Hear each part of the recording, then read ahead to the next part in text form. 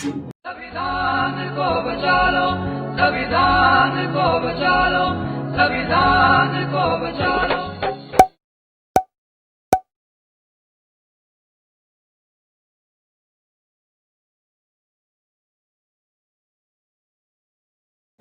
ਵਾਹਿਗੁਰੂ ਜੀ ਕਾ ਖਾਲਸਾ ਵਾਹਿਗुरु जी की फतेह।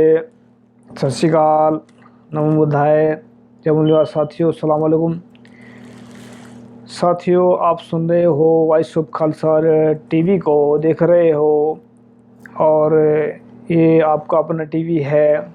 इसको आप पेज को लाइक करें। और हमारी कोशिश है कि आप तक नई से नई जानकारी लेकर आए हैं। तो मैं नौजवानों को एक बात कहना चाहता हूँ कि जो नौजवान हैं, बहुत सारे ऐसे हैं कि जो नौजवान को गुमराह करने में बहुत सारे शैतान लगे हुए हैं, और ख़ास करके नौजवानों को पूजा पाठ में लगा दिए हैं। कोई व्रत में लगे, कोई कहीं लगे। ये पाखंडवाद है, इनसे बाहर निकलें और सच का रास्ता अपनाएं। और झूठ के रास्ता जो है इंसान को शैतान बना देता है, और सच का रास्ता विद्वान बना देता है। तो मैं आपको शेर सुनाना चाहता हूँ। नौजवानों, अगर चलोगे सच के रास्ते पर, नौजवानों अगर चलोगे सच के रास्ते पर, तो एक दिन आप सूझवान और विद्वान बन जाओगे। नौजवानों, अगर चलोगे झूठ के रास्ते पर, तो एक दिन हैवान और शैतान बन जाओगे।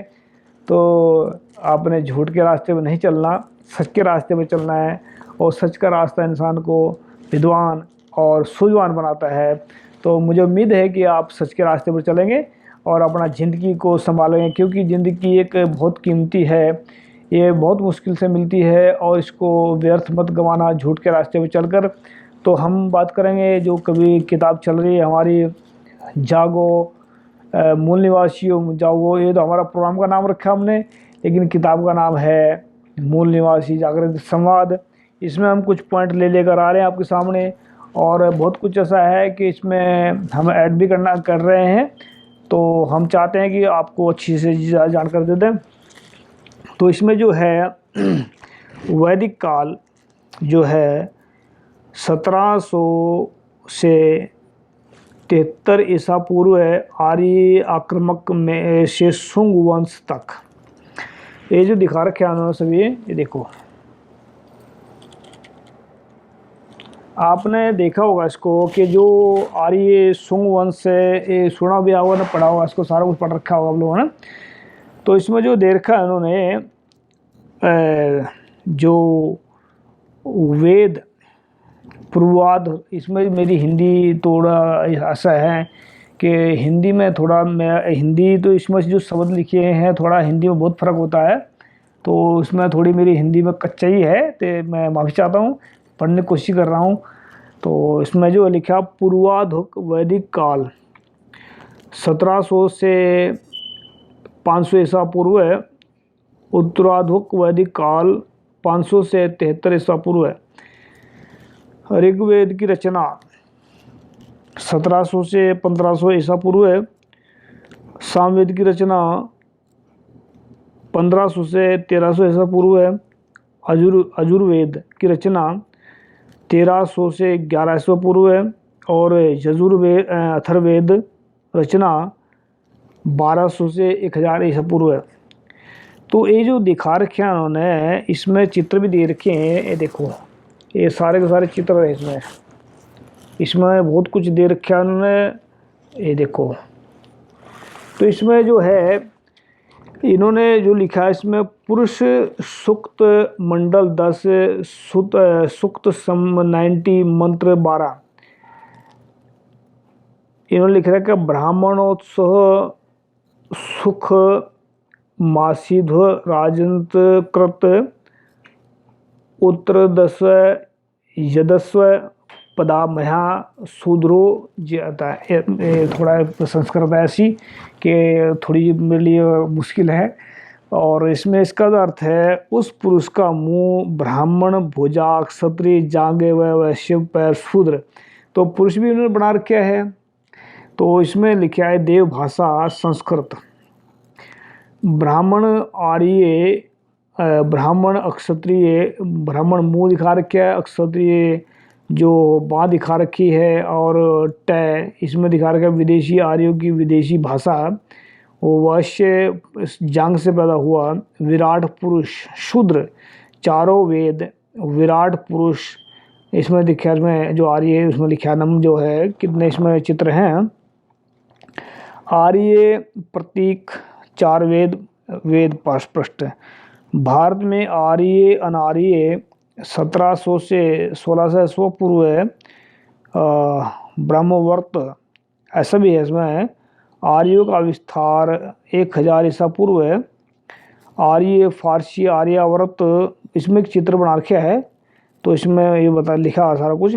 तो इसमें वैदिक काल के महत्वपूर्ण घटनाएं, जो वैदिक काल में जो घटनाएं वापरी हैं उसमें जो महत्वपूर्ण सबसे वो दे रखी इन्होंने।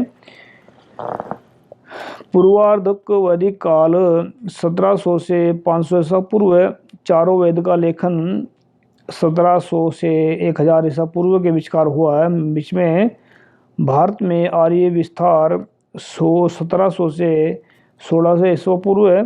और वर्ण व जात व्यवस्था, वर्ण व जात व्यवस्था ये पैदाइशी नहीं है, इन्होंने बनाया है इसको, तो ये बोलते हैं कि पैदाइशी है, ऐसा नहीं है, इन्होंने बनाया है। बनाया कभी इन्होंने इसको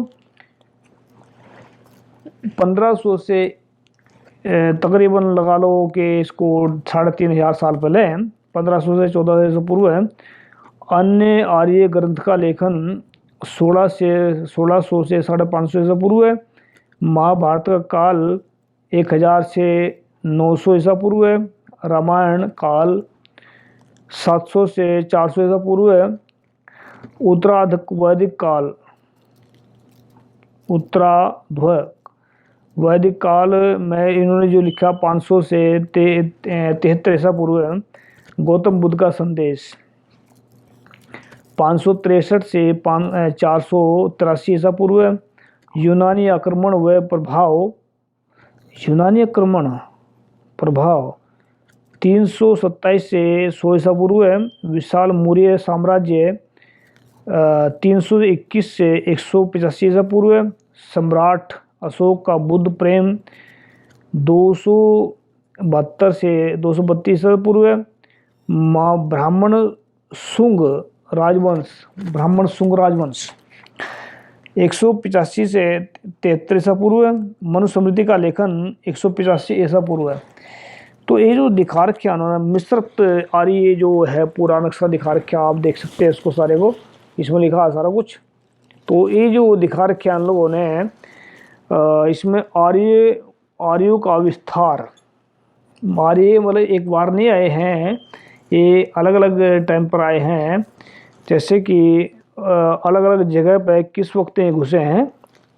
ब्रह्मवर्त 1700 ईसा पूर्व, उत्तर पश्चिम 1300 ईसा पूर्व, आर्यवर्त 1000 ईसा पूर्व, मध्य भारत 900 ईसा पूर्व, पूर्व भारत 800 ईसा पूर्व, पश्चिम भारत 700 ईसा पूर्व, दक्षिण भारत 600 पूर्व है। तो साथियों एक किताब बहुत महत्वपूर्ण है, और इसमें जो है भारत का एक ही चीज़ में ऐसा दे रखा है कि जो इंसान को पूरा ज्ञान के अंदर घुमा के ले जा सकती है। तो जो वर्ण जात उन्होंने कैसे बनाई है, वर्ण जात में इन्होंने क्या दिखा रखा है, देखो देखो इन्होंने वर्ण जात बनाई है। इन्होंने ऐसा अपना सिस्टम बना रखा है कि इसको कोई तोड़ ही नहीं सकता। इसको तोड़ सकते हैं आप और हम, और तोड़ेंगे ज्ञान के जरिए, गुरु ग्रंथ साहिब के ज्ञान के जरिए इसको तोड़ेंगे हम। तो आने वाले वक्त में बहुत कुछ बताएंगे हम आप लोगों को, लेकिन ये बताते हैं इसमें वर्ण और जात व्यवस्था का निर्माण इस 1600 ईसा पूर्व से 800 ईस्वी तक, इसका मतलब बहुत दिन इसको लगे इसको स्थापित करने में, कि इतने तकरीबन इसको लगा लो कि 2400 साल नहीं ज़्यादा बन गए जो है 24, हाँ। तो इसमें ऐसे ना इतने साल लग गए इसको इसमें स्थापित होने में। तो समानतावादी मूल निवासी सामाजिक व्यवस्था। मनवादी झूठ कैसे बोलते हैं? जात पहले क्रम से थी ना के जन्म से। सत्य साक्ष्य। दुष्कर्म करने वाला शूद्र है, शूद्र के कर्म करने वाला दिग्ज। ये दोनों ना समान है ना असमान। कर्म से शूद्र दिग्ज और दिग्ज शूद्र नहीं हो सकता। मनुस्मृति 10:73 ऐसा मनुस्मृति के अंदर लिखा है। तो सबसे पहले ऊपर ब्राह्मण बैठे हैं, महाराज ब्राह्मण जी, जो शैतान का जो नाम दूसरा ब्राह्मण है। कोई यमराज धरती पे स्पेशल नहीं है, इनको ही गुरुबाणी में यमराज बोला है। और जो डर और जो लालच दिखाते हैं वो यमराज ही होते हैं, क्योंकि यमराज मौत का डर दिखाता है, लालच दिखाता है। तो ये जो लोग हैं, गुरुबाणी में कहते हैं गुरु रविदास जी है, जब मैं मुझे जमसु नहीं कामा, रविदास जपे राम नामा, मोहे जमसु नहीं कामा। जम का मतलब है कि दूसरा जो ये जमी बोलते हैं इनको गुरु रविदास जी। और बहुत से जमदूत ना आवे नेरे, जो राम नाम का जो नाम है उसको जपेंगे तो जमदूत नेड़े नहीं आएगा। जमदूत का मतलब है ये बोलते हैं कि मौत का पैगाम लेकर आता है, ऐसे जमदूत। लेकिन जीते जी जो जमदूत बंदे को आले दुआले खड़े हैं, ये डराने वाले शैतान और ये जमदूत ही हैं। तो सबसे पहले ब्राह्मण, उससे बाद में क्षत्रिय बैठे हैं, खड़े हैं दूसरी पौड़ी पर, और तीसरे पे वैश्य हैं, और चौथी पे सछूत शूद्र नीचे चौथी पौड़ी पर, और पांचवी पे है जो है ये अछूत शूद्र। तो इनका जो बना रखा है सिस्टम, इन्होंने सारा कुछ ऐसा बनाया है। कर्मक्ष असमानता, नया मनवादी झूठ, जाति मुस्लिम सहयोगी देन है। सत्य साक्ष्य, जात के आधार पर ग्रंथ किसने लिखे? ये ग्रंथ प्रावधान व्यवस्थाएं तब से हैं जब से मुस्लिम ईसाई धर्मों का अस्तित्व ही नहीं था, आने का तो प्रश्न ही नहीं है। तो ये सब मैं जो बोलते हैं ना कि मुसलमानों के कारण जात बनी है, ईसाइयों के कारण जात बनी है, लेकिन उनको तो उस धर्म में तो आए ही नहीं थे उस वक्त, जिस वक्त ये जात बात चल रही थी इसमें भारत के अंदर। जाति व्यवस्था ऐसी इमारत है कि जिसमें सीढ़ियाँ नहीं हैं, जो जहाँ है वह सदा वहीं रहने का बाध्य है। ऐसा कितना षड्यंत्र तगड़ा रचा लोगों ने। और गुरबाणी में गुरु नानक साहब कहते हैं कि जो मेरे दर पे आएगा या गुरु के दर पे आएगा, गुरु नानक के गुरु का सिख बनेगा, उसमें लिखता है सतगुरु के जन्म में गवन मिटाया, सतगुरु के जन्म में गवन मिटाया। कहते भाई जो गुरु की शरण में आएगा उसका पिछला जन्म नाश, भ्रम नाश, कोड नाश, एवरीथिंग जो सब कुछ नाश। और गुरु गोविंद सिंह जी ने जिस वक्त अमृत छकाया था, उस वक्त उन्होंने अमृत छकाने के बाद में अपने सिखों को फरमान किया, अपने सिखों को जिनको 5 प्यारे बनाए थे, 5 प्यारे को पहले अमृत छकाया, उसके बाद में अपने आप भी उन पर छकाया। ये पहला जो है, पहली बार ऐसा हुआ है दुनिया के अंदर कि गुरु चेलों से अमृत छक रहा हो, या पहले चेलों के आगे मत्था, मतलब पहले अपने चेले बनाए उन्होंने, फिर गुरु ने उनके आगे मत्था टेका। ये पहली बार पूरे हिस्ट्री के अंदर, पूरे जब मानवता की हिस्ट्री है सब में, उसमें पहली बार ऐसा हुआ है कि गुरु ने चेलों के सामने रख के घुटने टेक के अमृत छकाओ। तो उन्होंने कहा था उस वक्त तुम्हारा कुल नाश, जात नाश, भरम नाश, सब कुछ नाश, आज के बाद तुम खालसा हो, सर्वश्रेष्ठ हो। और मेरा खालसा ऐसा है कि जो मैंने पहले बोला था श्लोक इसमें, तो उसको दोबारा दोहराऊंगा कि खालसा सोए जो निर्धन को पाले, खालसा सोए जो दुष्ट को गाले। दुष्ट का मतलब होता है शैतान, जो दूसरा हक मारते हैं, दूसरा हक छीनते हैं, उनको शैतान कहते हैं। और जो है जाति व्यवस्था की ऐसी सिस्टम बना रखे हैं लोगों ने कि जो जहाँ पर खड़ा वहीं है। अछूत शूद्र, ब्राह्मण वैश्य क्षत्रिय, अछूत शूद्र सचूत, अछूत शूद्र, असमान सामाजिक व्यवस्था, वर्ण जाति, पिरामिड बना रखा है जाति का। जो ब्राह्मण सबसे ऊपर बैठा है, जबकि एक अनपढ़ गंवार जिसको सबसे ज़्यादा जो ब्राह्मण को खतरा है, पूरे सृष्टि के अंदर, पूरे ब्रह्मांड के अंदर जो जनेऊ पाते हैं उससे सबसे ज़्यादा ब्राह्मणों को खतरा है।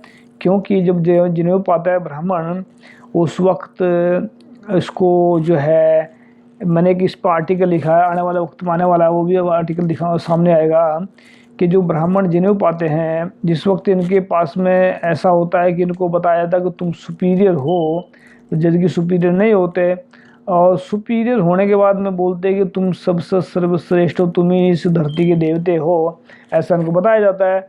तो जिस वक्त ये बात इनके दिमाग में पाई जाती है, उस वक्त क्या होता है कि इनको अहंकार आ जाता है कि हम एक इंसान नहीं, देवते हैं। और जहाँ पर अहंकार होगा वहाँ पर ज्ञान नहीं आएगा, और ज्ञान जहाँ नहीं आएगा वहाँ मूर्खता होगी, और जहाँ मूर्खता होगी वो शैतानियत होगी, और शैतानियत जहाँ होगी वो दूसरों को आग लगाएगा, लूटेगा, खसोटेगा। तो ये जो सबसे बड़ा जो खतरा है ब्राह्मण को, उसके जनेऊ से है, और उसको इस बात में ज्ञान नहीं है। लेकिन वो अगर इससे निकलना चाहता है, बहुत सारे निकले इससे बाहर। गुरु रविदास जी के चरणों में जनेऊ रखा लोगों ने उतार के, तो इसमें जैसे बहुत सारे हैं, इसमें जनेऊ से बाहर निकल रहे हैं लोग।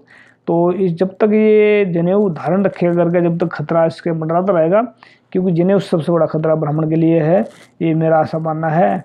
और वो अगर महसूस कर सकते हैं तो करें इस चीज़ को, नहीं तो उनकी मर्जी की बात है। हम नहीं कहेंगे उनको उतारे ना उतारे, लेकिन ये सबसे बड़ा खतरा है उन्हें। तो जो बता रखे हैं उन्होंने, जो इसमें चित्र दिए हैं, ब्राह्मण सबसे ऊपर है, क्षत्रिय देखो, ये देख रहे हैं ना ऊपर से नीचे तक, ब्राह्मण, क्षत्रिय, वैश्य, शूद्र, सछूत शूद्र, अछूत शूद्र, आर्यों द्वारा थोपी गई जात आधारित असमानता सामाजिक व्यवस्था, जात पिरामिड में। ये जात पिरामिड ऐसी बनी है कि टूटने का नाम नहीं लेती है, लेकिन इसको तोड़ सकते हैं ज्ञान और गुरु का शब्द, गुरु ग्रंथ साहब का शब्द। एक शब्द ऐसा है कि जात पात को ख़त्म कर देगा एक मिनट में, सिर्फ उसको अपनाने की ज़रूरत। ऊपर अधिकतम है, जो जात वालों के पास में जो है, जो ऊपर हैं, मान लें अपने आप को ये ब्राह्मण क्षत्रिय कहते हैं, धन संपत्ति, उपभोग, शक्ति, शिक्षा, वर्चस्व, आनंद, आय, कर में लूट, सरकारी कर पे गोपनीयता, ये तो पहले भी बताया था आपको। और इसमें अधिकार, बुद्ध, सुविधा, रोजगार, दिखावा, कानून से छूट, उपभोग, सम्मान, विकास, मौज मस्ती, छल कपट, फिजूल खर्ची। और नीचे अधिकतम क्या है, लोग जो गरीब लोग हैं, जो हमारे मूल निवासी हैं, उनके लिए क्या है, गरीबी, अशिक्षा, दुख दर्द, बेरोजगारी, अधिकार हनन, शोषण, भूख, कर, विभिन्नता, सरलता, समस्या, कानून, कर्तव्य, उत्पीड़न, कर्ज, दमन, कमजोरी, पिछड़ापन, भेदभाव, कुपोषण, आबादी, अपमान, अज्ञान, और सरकारी कृपया का दिखावा। ये आपने देखा होगा आप सभी ने कि जब ये सरकार जो है मनवादियों की या किसी की भी सरकार है, जब इनकी हक में बोलती है दूसरों के, तब तो इनके जो है जीप से चाटते हैं। इनके जो पुलिस वाले हैं, कोई भी है सरकार है जो मनवादियों के चरणों में बैठती है और उनकी सेवा भी करती है, नाक रगड़ रगड़ के। अब जब गरीब का नंबर आता है, मूल निवासी का नंबर आता है, जूते मार के बाहर निकाल देते हैं इसको, और उसको कहते हैं कि तू अपनी औकात याद कर, ऐसा बोलते हैं उसको। औकात, किसकी औकात की बात करते हैं ये लोग? तो ये चाहते हैं कि जो गरीब है वो गरीब बना रहे, भारत का मूल निवासी गरीब बना रहे, तो उसको नहीं चाहते हैं ये कि आगे निकले हैं। तो इसमें जो है, इसको हम और आप इस सिस्टम को बदल सकते हैं, और हम इसको सिस्टम को बदलेंगे ज़रूर, क्योंकि हमारे जो आने वाली पीढ़ियां हैं, हम नहीं चाहते कि वो गुलाम बन कर रह जाएँ। अगर हम नहीं कर पाए कुछ, तो हमारी आने वाली पीढ़ी है वो गुलाम बन कर रह जाएगी। तो इस गुलामी से, मनवादियों की गुलामी से हम और आप हमारी पीढ़ी को बचाएंगे। नहीं तो जैसे हालात पहले थे कि जो झाड़ू पीछे लटकाया जाता था, और उसको जो है झाड़ू लटका कर उसको, आप समझदार हो कि मैं क्या कहना चाह रहा हूँ, तो ऐसे हालात हो सकते हैं दोबारा इसमें आ जाएं, लेकिन ऐसा हम होने नहीं देंगे, क्योंकि बामसेप के ज़रिए लेकर आ रहे हैं खालसा राज, बेगमपुरा राज। तो साथियों, ये मैं लास्ट में शेयर कहना चाहता हूँ कि नौजवान जो है एक रीढ़ की हड्डी होती है समाज की। अगर नौजवान ही पाखंड वहम में फंसा हुआ है तो समाज को कौन संभालेगा।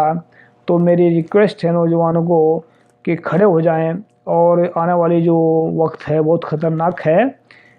नौजवान जो है इस समय को संभाल सकते हैं, इस सिस्टम को, और नौजवानों के हाथ में बहुत कुछ होता है। तो नौजवान रीढ़ की हड्डी है। तो मैं लास्ट में वही शेयर करना चाहता हूँ जो मैंने पहले कहा था कि नौजवानों अगर चलोगे सच के रास्ते पर तो एक दिन विद्वान और सूझवान बन जाओगे। नौजवानों अगर चलोगे झूठ के रास्ते पर तो शैतान और हैवान बनोगे। तो मैं चाहता हूँ आप नौजवानों को कि सही रास्ते पर चलें, सच के रास्ते पर चलें, और आने वाला वक्त आपका होगा, अपना होगा। तो सभी को सत श्री अकाल, और उम्मीद करता हूँ कि आपको ये पार्ट अच्छे लग रहे होंगे, और जो हम आने वाले वक्त में और भी करेंगे। तो इसमें जो है आज के लिए इतना ही, और सुनते रहें वॉइस ऑफ खालसा टीवी। ये आपका अपना टीवी है, अपने विचार भी दे सकते हैं कमेंट में, तो हम आने वाले वक्त में आपका नाम भी ऐड करेंगे। सबका थैंक यू। वाहिगुरू जी का खालसा, वाहिगुरू जी अस्सलाम वालेकुम।